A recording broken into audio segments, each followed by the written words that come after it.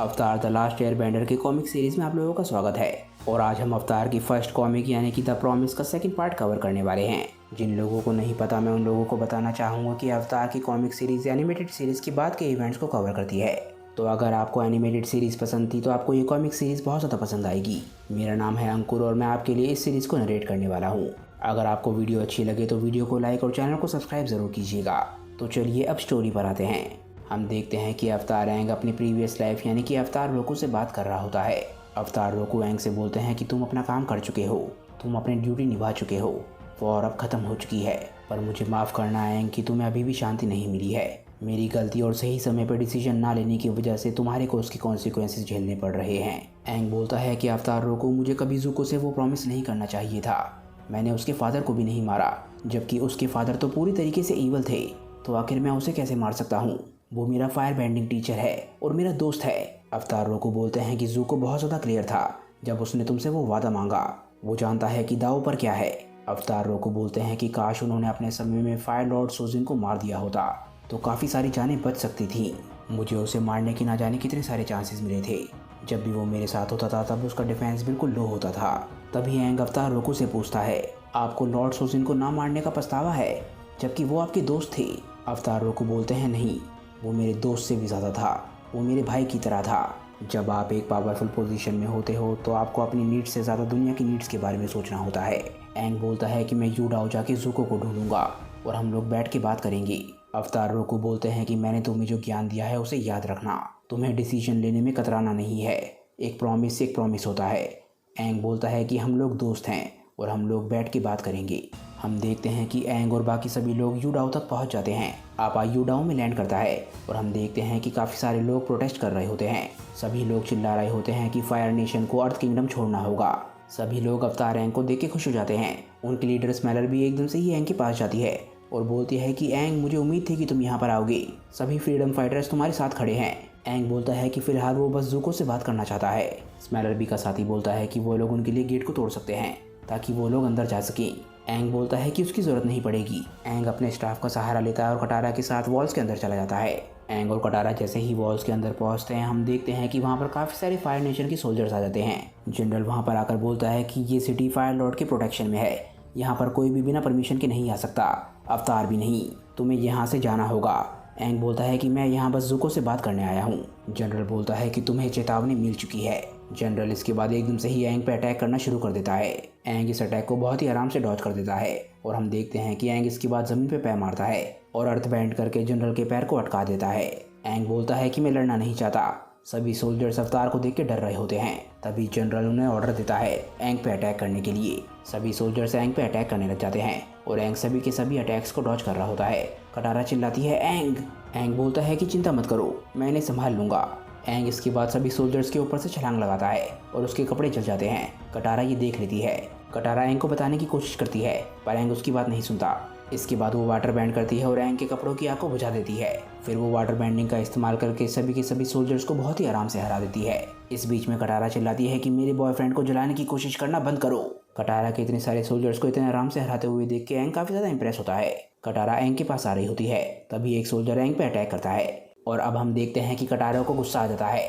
वो अपने water bending का इस्तेमाल करके पानी से आइस क्यूब्स बनाती है और सोल्जर पे अटैक करने वाली होती है। वो बोलती है कि हम लोग यहाँ पर सिर्फ ज़ुको से बात करने आए हैं। तभी एकदम से लॉर्ड ज़ुको उसके पीछे आके उसके हाथों को पकड़ लेता है। वो बोलता है, कटारा रुक जाओ। कटारा बोलती है, ज़ुको तुम मुझे चोट पहुँचा रहे हो, मुझे तुम्हें चोट पहुँचाने पे मजबूर मत करो। ज़ुको बोलता है कि मैं तुम्हें चोट पहुँचा रहा हूँ, तुम मेरे सोल्जर्स के साथ क्या कर रही हो, ये मेरे लोग हैं। तभी एंग बोलता है कि ज़ुको उसे छोड़ दो, उसने अभी बोला कि तुम उसे चोट पहुँचा रहे हो। ज़ुको कटारा को नहीं छोड़ता, बल्कि ज़ुको बोलता है कि कटारा को प्रॉमिस करना होगा कि वो मेरे लोगों पे अटैक नहीं करेगी। एंग बोलता है कि तुम्हारे लोगों ने पहले हम पे अटैक किया था, अब कटारा को छोड़ो। ज़ुको बोलता है कि मैं फायर लॉर्ड हूँ, मुझे अपने लोगों को बचाने का पूरा हक है। एंग एयर बैंडिंग का इस्तेमाल करता है और एकदम से ही ज़ुको को दूर बढ़ा देता है। ज़ुको खुद को संभालता है और एकदम से ही एंग पे अपनी फायर बैंडिंग से अटैक करता है। एंग फायर बैंडिंग से खुद को प्रोटेक्ट करता है। एंग को ज़ुको की इस हरकत पे बहुत ज़्यादा गुस्सा आता है और वो सीधा अपनी अवतार स्टेट में चला जाता है। एंग बोलता है कि मुझे लगता है कि अवतार रोकू सही बोल रहे थे, एक वादा आखिरकार एक वादा होता है। एंग पूरी तरीके से अपनी अवतार स्टेट में जाने लग जाता है और हर तरफ बहुत तेजी से हवा चल रही होती है। एंग बहुत ज़्यादा गुस्से में होता है। कटारा एंग को समझाने की कोशिश करती है और उसे शांत करने की कोशिश करती है। वो बोलती है कि अगर तुम ऐसे इमोशनल होकर अवतार स्टेट में जाओगी तो तुम सही तरीके से खुद को कंट्रोल नहीं कर पाओगी। कटारा बोलती है एंग तुम्हें शांत होना होगा, प्लीज मेरे लिए। एंग आखिरकार शांत हो जाता है। एंग समझ जाता है कि वो कुछ ऐसा करने वाला था जिसका उसे बहुत पछतावा होता। ज़ुको बोलता है कटारा सही बोल रही है, हमें बैठ के बात करनी चाहिए। एंग हैरानी से ज़ुको की तरफ देखता है और चिल्लाता है मैं यहाँ पर वही करने आया था। कुछ देर बाद हम देखते हैं कि फायर लॉर्ड ज़ुको अवतार एंग और कटारा को यूडाओ में घुमा रहा होता है। ज़ुको अवतार एंग से पूछता है कि क्या तुम्हें पता है यूडाओ फायर नेशन की सबसे पुरानी कॉलोनी है। यहाँ पर काफ़ी सारी फैमिलीज हैं जो कि यहाँ पे 100 सालों से रह रही हैं। उन लोगों की ज़िंदगी यहाँ के हिसाब से पूरी तरीके से ढल चुकी है। वो एंग को बताता है कि ये सिटी फायर नेशन और अर्थ किंगडम ने मिलकर बनाई है और इसमें दोनों के लोगों की मेहनत लगी है। यूडाओ में दुनिया की सबसे बेहतरीन मेटल की चीज़ें बनती हैं क्योंकि उसे बनाने में फायर नेशन और अर्थ किंगडम दोनों के ही लोगों की एक्सपर्टीज़ लगती है। कटारा घूमते घूमते एक नौजवान की तरफ देखती है।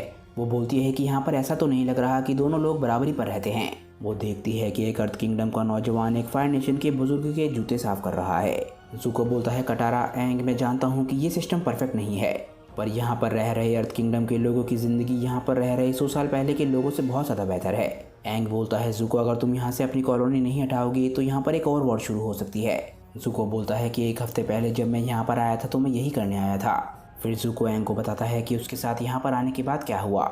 ज़ुको बोलता है कि वो यूडाओ के मेयर से बात कर रहा था और उसी बीच ज़ुको ने अपने सोल्जर्स को ऑर्डर दिया कि वो उसे पकड़ ले। सोल्जर्स के आगे बढ़ते ही किसी ने अर्थ बेंडिंग का इस्तेमाल किया और ऐसा करने वाली थी यूडाओ के मेयर की वाइफ। यूडाओ के मेयर की वाइफ बोलती है कि फायर लॉर्ड ज़ुको प्लीज़ मेरे हस्बैंड को माफ़ कर दीजिए। मैंने उन्हें पहले भी कई बार अपनी ज़ुबान पर लगाम रखने के लिए कहा है पर वो ऐसा नहीं कर पाती। ज़ुको ये देख के हैरान रह जाता है कि यूडाओ के मेयर जो कि फायर नेशन से हैं उनकी वाइफ अर्थ किंगडम से है। तभी मेयर की वाइफ बोलती है कि उनकी बेटी भी एक अर्थ बेंडर है। मेयर की बेटी बोलती है कि मैं भले ही अर्थ बेंडर हूँ पर मेरे अंदर मेरे फादर का खून है, इसीलिए मैं भी एक फायर नेशन की सिटीज़न हूँ। मेरे फादर ने मुझे सिखाया है कि मुझे हमेशा अपने लोगों के लिए लॉयल रहना है। मुझे नहीं लगता कि तुम्हारे फादर ने तुम्हें ये सिखाया है। मेयर की वाइफ फायर लॉर्ड ज़ुको से बोलती है कि उन्हें कुछ दिन शहर में रहना चाहिए ताकि वो उन्हें दिखा सके कि वो लोग कैसे रहते हैं। ज़ुको बोलता है कि तब से मैं यहीं पर हूँ और मैंने देखा कि अगर हार्मनी रिस्टोरेशन मूवमेंट जारी रहती है तो वो कितने लोगों की ज़िंदगी को तबाह कर देगी। इसीलिए मुझे अपनी सोच बदलनी पड़ी। जब से मेरा राज तिलक हुआ है तब से ही मैं समझ नहीं पा रहा था कि मैं शांति क्यों नहीं ढूंढ पा रहा हूँ। वो इसलिए था क्योंकि मैं अपने लोगों के बारे में भूल गया था। मैं जानता हूँ एंग कि तुमने फायर नेशन को हरा दिया था पर मेरे लोगों को भी इज्जत की ज़रूरत है। एंग बोलता है कि मैंने फायर नेशन को हराया, तुम्हारा मतलब है कि हमने मिलकर फायर लॉर्ड को हराया।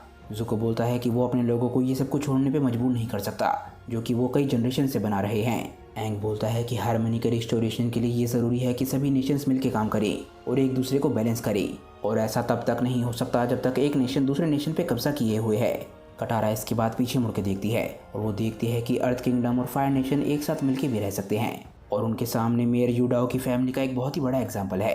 कटारा एंग से बोलती है एंग हो सकता है यूडाओ को हम एक एक्सेप्शन के तौर पे ले सकते हों।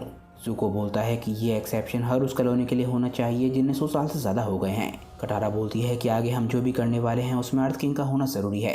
अगर मैं और एंग कोई मीटिंग सेटअप करते हैं तो क्या तुम वहाँ पर आ सकते हो ज़ुको। ज़ुको और एंग दोनों ही कटारा की बात को मान लेते हैं। गेट के बाहर लोग गुस्सा हो रहे होते हैं क्योंकि एंग को बहुत ज़्यादा टाइम लग रहा होता है। सौका लोगों को शांत करने की कोशिश करता है पर तभी उसे कोई पत्थर मारता है। तभी टॉफ को गुस्सा आता है। वो बोलती है कि मैं हूँ टॉफ, दुनिया की सबसे महान अर्थ बेंडर। मेरे दोस्त ने कहा कि तुम लोगों को शांत होना चाहिए तो तुम लोग शांत होगे। अगर आप किसी ने मेरे दोस्त पे पत्थर फेंका तो उसे मेरा सामना करना होगा। इसके बाद एंग और कटारा बाहर आते हैं और सभी को बताते हैं कि अंदर क्या बात हुई। वो बताते हैं कि उन्हें अर्थ किंग से बात करनी होगी ताकि वो लोग डिसाइड कर सके कि आगे उन्हें क्या करना है। स्मेलर भी बोलती है कि अवतार एंग मैं तुम्हें 4 दिन दे सकती हूँ, उसके बाद हम फ्रीडम फाइटर्स अपने हिसाब से सोल्यूशन निकाल लेंगे। इसके बाद एंग और बाकी सभी आपस में बैठ के अर्थ किंग से मिलने चले जाते हैं। ज़ुको इसके बाद अपने फायर नेशन में लौट जाता है। तभी मे वहाँ पर आती है और बोलती है कि तो फायर लॉर्ड वापस आ गए हैं। ज़ुको मे को समझाने की कोशिश करता है पर मे बोलती है कि तुम एक बार फिर से मुझे बिना कुछ बताए चले गए। अगर तुम किसी दिक्कत में हो तो तुम्हें मुझे बताना चाहिए, मैं तुम्हारी गर्लफ्रेंड हूँ। ज़ुको बोलता है कि तुम सही बोल रहे हो, मैं ऐसा फिर से नहीं करूँगा। मैं जानती हूँ कि तुम सही से सो नहीं पा रहे हो, इसीलिए मैंने कुछ दोस्तों को बुलाया है ताकि वो तुम्हारी सुरक्षा का ध्यान रख सके। हम देखते हैं कि वहाँ पर कियोशी वॉरियर्स होते हैं पर उसी रात हम फिर से देखते हैं कि ज़ुको सो नहीं पा रहा होता। कोई चीज़ अभी भी उसे परेशान कर रही होती है। कियोशी वॉरियर्स उसे समझाते हैं कि यहाँ पर ज़रा सी भी आवाज़ नहीं हुई। ज़ुको बोलता है कि उसे पानी चाहिए और उसे घूमने की भी ज़रूरत है। इसके बाद हम देखते हैं कि ज़ुको टहलता हुआ कहीं जा रहा होता है। उसके हाथ में एक लालटेन होती है और एक हाथ में केतली होती है। तभी हम देखते हैं कि वो किसी के सामने झुका हुआ होता है। वो बोलता है, फादर मुझे आपके एडवाइस की ज़रूरत है। ओजाई के हाथ में वही चाय होती है जो कि ज़ूको लेके आया होता है और उसके चेहरे पे बहुत बड़ी स्माइल होती है। ओजाई ज़ूको के साथ अब किस तरीके का माइंड गेम खेल रहा है और कहीं ओजाई की बातों में आके ज़ूको कोई गलत कदम तो नहीं उठा लेगा, ये हम जानेंगे नेक्स्ट वीडियो में। क्योंकि दोस्तों आज की ये वीडियो यहीं पे ख़त्म हो जाती है। मुझे नीचे कमेंट करके बताइए कि ये वीडियो आप लोगों को कैसी लगी। मुझे ये भी बताइएगा कि आप किस शॉर्ट स्टोरी को देखना पसंद करेंगे। अगर आपको वीडियो अच्छी लगी हो तो वीडियो को लाइक ज़रूर कीजिएगा और चैनल को सब्सक्राइब करना बिल्कुल मत भूलिएगा। मैं मिलता हूँ आप लोगों को अपनी नेक्स्ट वीडियो के साथ। तब तक के लिए बाय दोस्तों और थैंक्स फॉर वॉचिंग।